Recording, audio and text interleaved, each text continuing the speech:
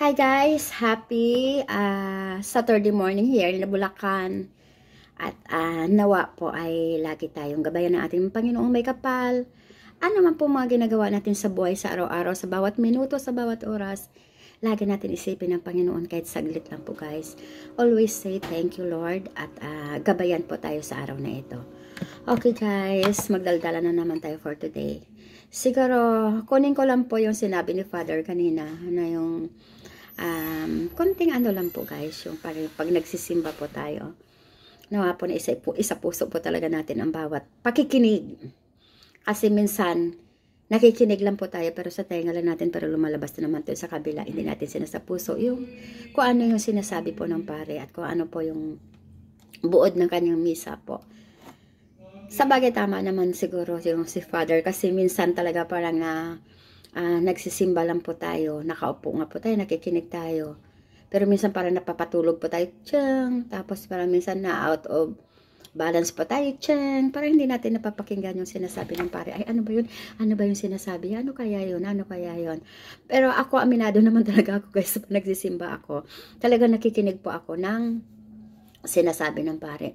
Pero hindi naman po lahat ng pare guys. Kasi minsan may pare naman po talaga guys na pag nagmimisa guys, nakakaantok. Pero hindi, sure yung guys, syempre magpakatotoo naman po.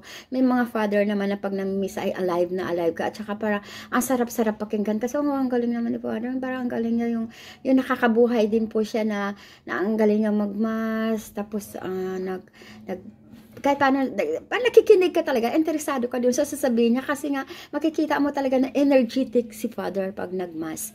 Pero meron naman iba talagang pare na pag nagmamas ay parang, ito guys talaga, nagpakototoo ako kasi syempre nasusubukan ko naman talaga guys yung parang, ano ba naman po Father, parang nakakaantok po Father, talaga inaantok na po ako sa mas mo Father, parang hindi po kita naintindihan, sorry po, parang hindi ko naintindihan kung anong sinasabi mo Father.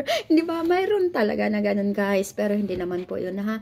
Kumbaga na-share ko lang po yun at saka naranasan ko po yun sa buhay ko na nakakaranas ako ng mga pare na pag nagmisa ay parang wala silang kabuhay-buhay, para bang inaantok ka, pero may mga pare naman talaga na interesado ka, yung pag ano pala niya, pagsabi pa lang talaga niya at nakikita mo pa lang siya talaga, wow, ang ano nito, talaga nakikinig ka sa kanya at yung attention mo makukuha talaga nung pare. Kaya talagang buong matatapos siya yung kanyang salita ay talaga naintindihan mo yung sinasabi ng pare. Kasi parang nagsabi Father nga, parang kayo nagsisimba lang po kayo, sinasapuso nyo ba, nakikinig ba kayo kung anong sinasabi ng pare. Aminado tayo na minsan nandito lang po sa tenga pero lumalabas sa kabila.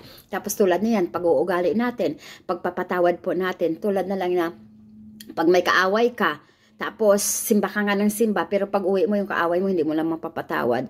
Para ba, I know na likas na po sa atin minsan na pag may nakakaaway tayo, pag may nakasama ang loob.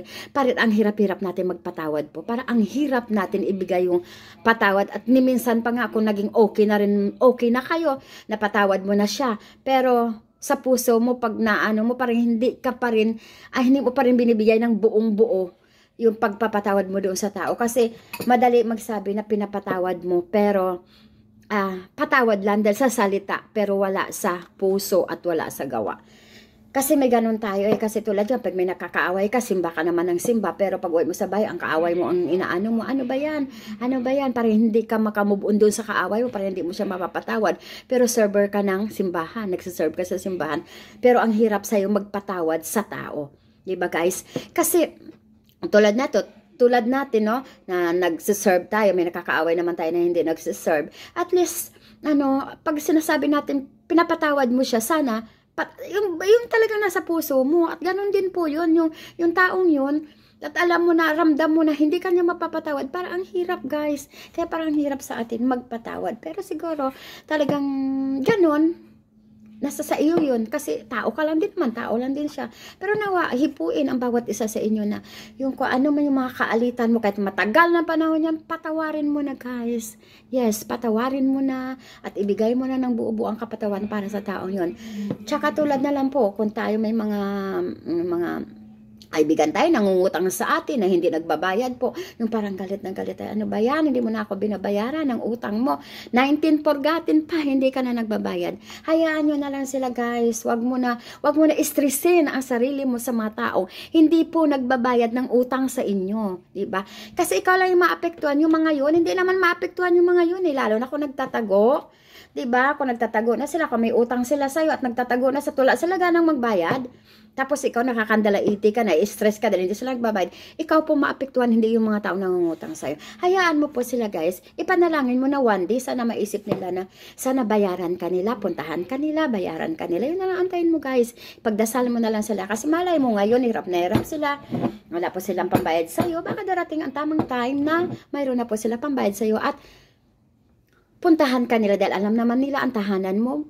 Pupuntahan ka, babayaran ka, bahala na po guys kasi ang pera naman po guys ay nandyan na yan, madali po yan kitain. Basta ang mahalaga po, kung nakakatulong naman tayo sa kanila at nangutang sila ng pera mo at yun ay natulungan mo sila, bahala na po sila. Sana darating ang time na ikaw na nakatulong sa kanila, tutulungan ka rin nila. Ganun lang po yung guys. Kaya, yun lang guys, sa pahaba na naman ang aking daldal sa inyo sa umagang ito. Maraming salamat po at salamat po sa mga nagbe-views ng video ko. Sana kahit paano may napupulutan naman kayo ng aral sa mga pinagsasabi ko. Thank you guys and God bless you all.